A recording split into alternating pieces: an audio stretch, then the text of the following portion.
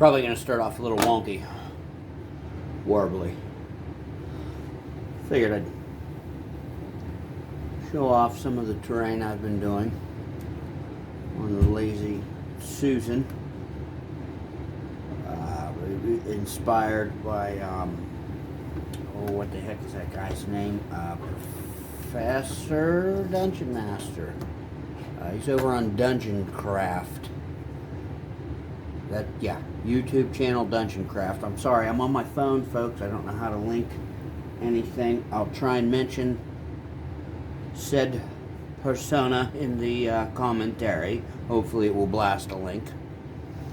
And anyone else from this point on.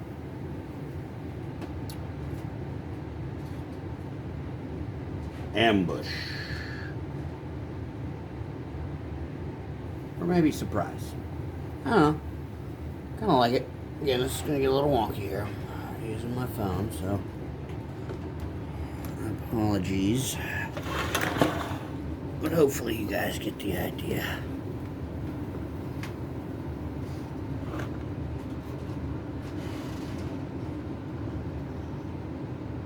And obviously the entirety of the terrain and the miniatures are unfinished. I want to do a little something on the side here, a little more color, and I have strips of grip tape I've cut. I'm going to adhere grip tape. It's like sandpaper. I'm going to adhere so it's a little easier to twirl about to get the rotation. And it's just one of them.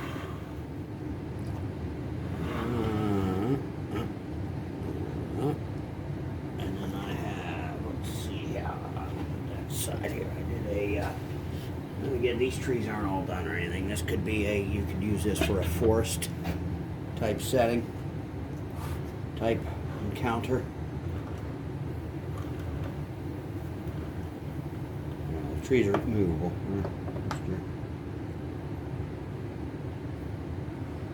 Standard tree. For bases. For extra sturdy, extra weight on the bases, I do get fender washers, I believe that's what they're called. Cheap, heavy, metal. Another advantage to those, if you needed for miniatures that don't have that base, or their metal base is smaller, you expand it. Not so wobbly.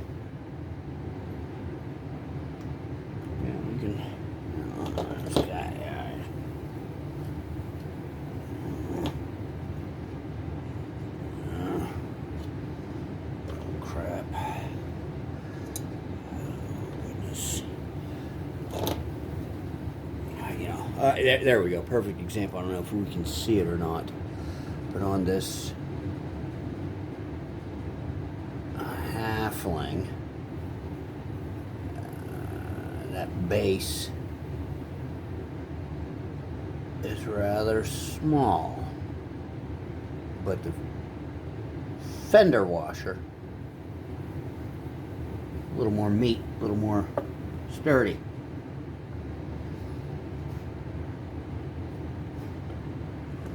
Rotate around. These Lazy Susans are only 12 inches across. So if you play or use any type of scale, inches per foot, well, there you go. I only bust these out when there's not necessarily a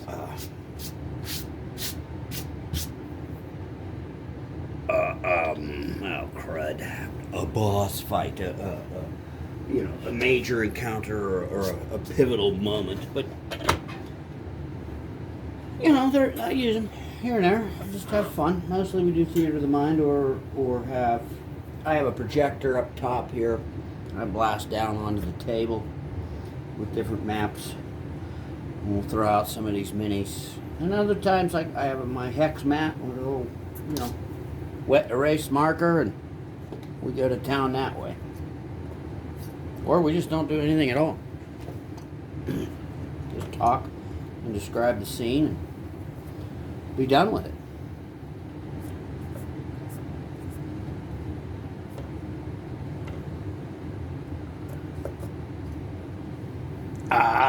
The terrain and stuff was fairly cheap to do, fairly cheap to put together. The Lazy Susan, $12. It was at the time. This stuff here, especially for this, you can see it's raised. It's foam, 1 inch, I think it is. And it just so happened to fit, I could fit it down into, because the Lazy Susan itself is recessed. It's, you know what, hold on, I have one that has yet to be utilized.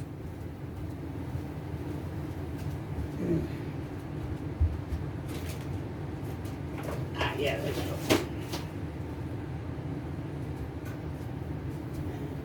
1 inch, yeah, I think it is 1 inch. Here, I'll just break off a piece.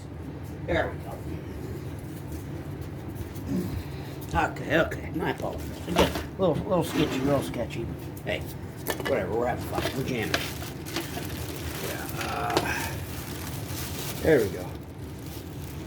There we go. I'm not supporting any brand. I'm not sponsored. I don't care. But hey, that's who it is, who I got it from. You can see it's, I don't know if you can tell by the angle of the camera, but it's recessed.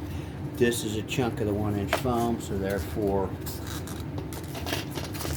you can see just insulating foam. And then you can look up stuff. Professor Dungeon Master on Dungeon Craft is the YouTube channel. Repeat Dungeon Craft is his channel. He's got stuff. He'll show you how. You can see this wooden floor.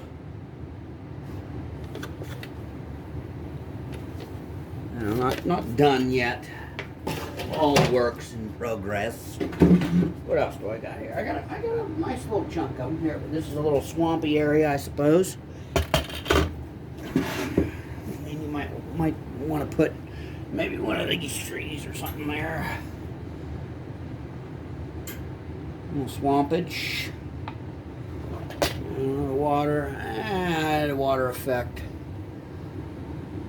You know, I'm learning. What the heck? Having fun. Let's see what else here. Oh, we got, now this one was a big hit. A lot of people really like this. This one. Well, folks liked how this one come out. I did too. I grabbed some, there's back part of the house, so there's an old little awning over one of the back doors. Had slate shingles and they had fallen. And I grabbed a bunch. I still have a bunch that are on the ground out in the back. We put together like a cave, cavern, or mountainous scene.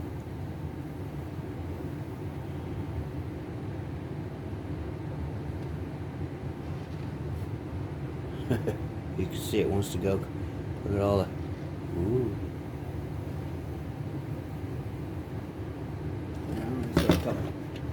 Couple miniatures here to give it a little scale. There we go. Here's this guy and this guy. They're walking through. He's got the lantern. He's kind of leading the way. And they don't know, but this guy's gonna be waiting back there. He comes a charging. And then we got. Oh, little do you know.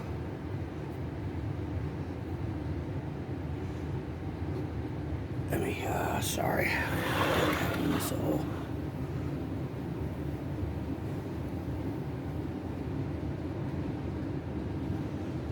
wonky, I don't know what else to do, but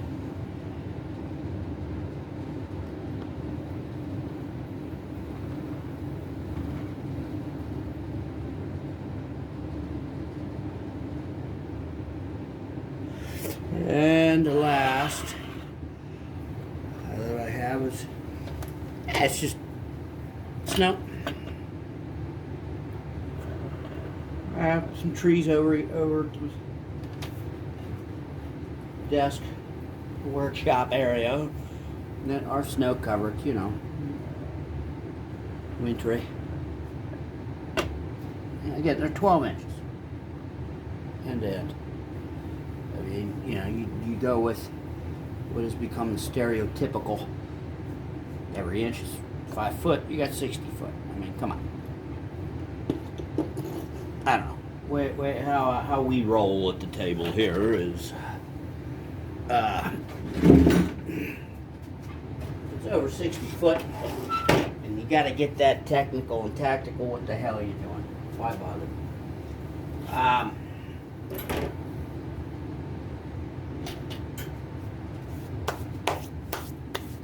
Outside of that, I just figured I'd show that stuff off a little more. Put this stuff away. Yeah.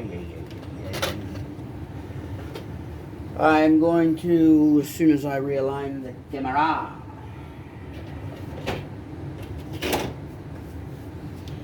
give a bit of a shout out to a couple of folks I asked if I may mention my viewing of their channel, and I like them. I watch them. I'm going to say this anytime I have before, and I will again. I will say this when I mention any other individual's channels. You know, I have fun with them. I watch them. I don't agree with every word that's coming out of their noise holes. I don't. You know, it's fun. So be it. The majority of it is nerding, tabletop RPG talk.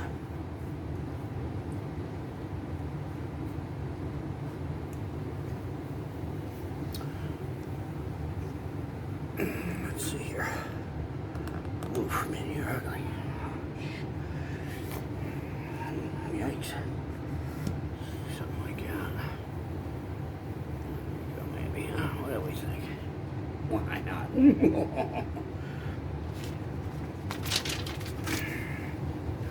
I can check that off. Yeah, show Lazy Susan Terray. Check.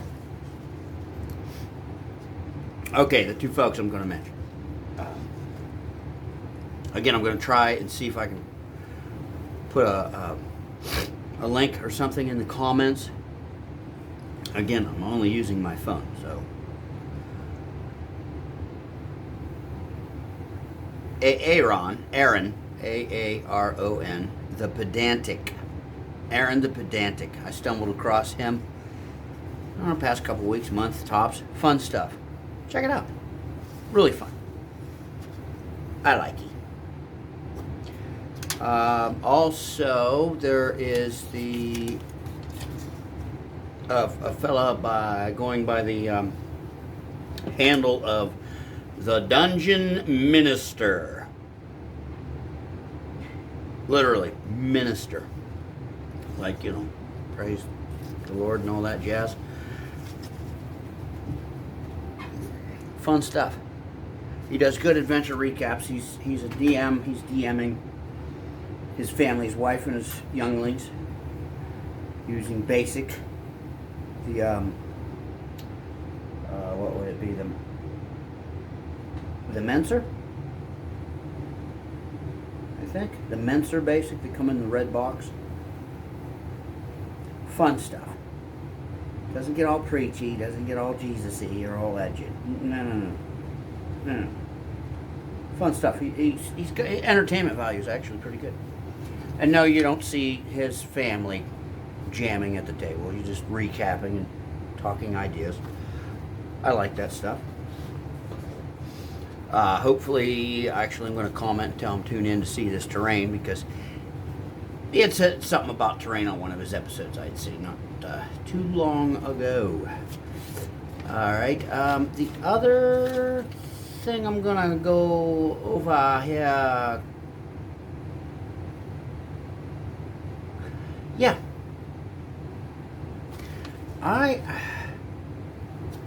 For me personally, I had for years a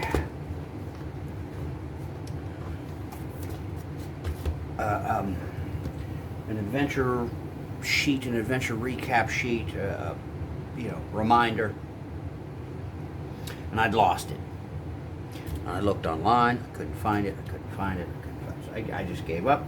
And I mean, I've always kept a notebook, and would always have things, you just write it down. Some things I would have, I always have done, see the square, the box with the check. Yeah, that way if I do thumb through and it's not checked off, you might go, oh crap, that hasn't been done yet. That idea hasn't been used yet. That hasn't been awarded yet. Always, I've done that point blank. But I did find, finally, yay, I found my, no, it's not mine, I didn't make it, I didn't create it. I think, I could be wrong, this comes out of, oh geez, what is that game? It was a superheroes game. Not Heroes Unlimited, not Palladium. It was a Heroes, Champions. I think it comes from Champions. Superhero game, superpower comic book. Adventure recap sheet. For me, and I've been so ingrained on keeping record this way, there for a while the table has been a bit lacking because I've been used to using this. My apologies. I have, and I've this one I did not modify, but I have modified. The certain little points of modification, no biggie, no need to see. But I am glad I found that. You have your player, you have your player characters, you can write down their XPs, you have your villain / NPC, you can write down their XP, you got your actions, action by hunters, monitors, exceptional actions by fill in the blank, and then you have the actual action, and then the reward, the bonus XP or perks or whatever. Then you have your story recap kind of little section, and then you have your loose ends, which that I like because I have a tendency, if I don't, again, I was used to using this for years, so dagnabbit.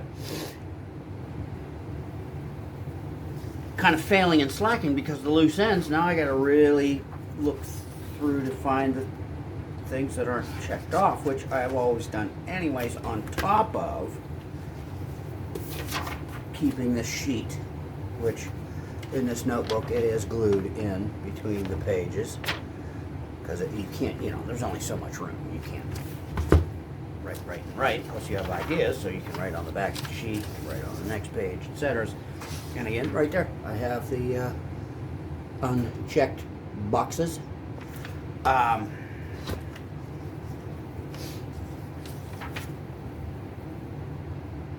But the loose ends I really like because if next session, if the same loose ends are still dangling, then you rewrite them until they're gone. That's how you figured it out. And if they fall to the wayside, so to speak, then they end up on the page with the check boxes rather than the actual recap sheet. It's just me. It's how I've rolled. It's how I am continuing to roll. Pardon me. This is also great for tracking time, dungeon-wise. Great stuff.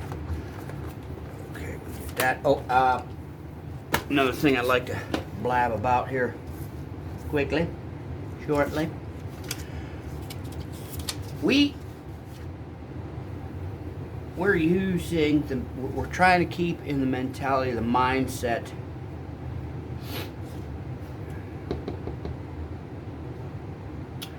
of where hit points,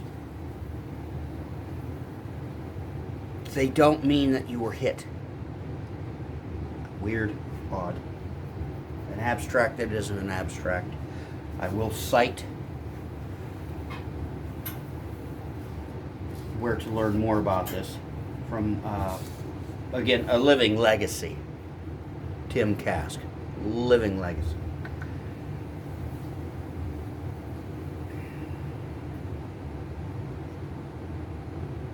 Yeah, we're hit points. They're it's hard to explain. Really. Well, it is, but it isn't. Hit points doesn't mean you're hit if you take damage, because damage doesn't necessarily imply or mean damage. I cannot explain it. Maybe I could, but it'd take me longer to explain it as well as. And I'm going to cite this here. The Living Legacy, that's what I call him. His name is Tim Kask. He has a channel called Curmudgeon in the Cellar. And he specifically touches on hit points and the way it was in the old days, where they came from, the concept, the initial, the original. If you don't know of or about Tim Kask, he was an editor in the very early days of Dungeons and Dragons. So, a good living archaeological dig study on the game in general. Tim Kask, Curmudgeon in the Cellar. Specifically, the episode is 171. I don't know if there's a title to it, but I know it is number 171. And to get even more detailed, more specific, if you want to, zip through, get to what I'm referencing, it begins at the 29 and 54 second mark and runs through the 36 minute and 43rd second mark. I just watch all the stuff anyways. It's great. Living Legacy. Great archaeological dig into the hobby. Yeah, that's about it. Aaron, the pedantic. If Aaron does see this episode, I doubt it, but if Aaron does, I say that kiddingly. I'm sure he wants to reach through the screen and punch me right in the throat, because I'm sure he's heard that more than enough, and it drives him bonkers. I will give a disclaimer. I have there is a granddaughter who is dating not this Aaron, but an Aaron, or a Aaron, and he spells the name the same. 2 A's, R-O-N. So jokingly, lovingly, we could say Aaron. And again, the Dungeon Minister. Check them out. Both very fun. And yeah, that's all I got for now, for the time being. Keep it real. Keep it calm. And keep it sane.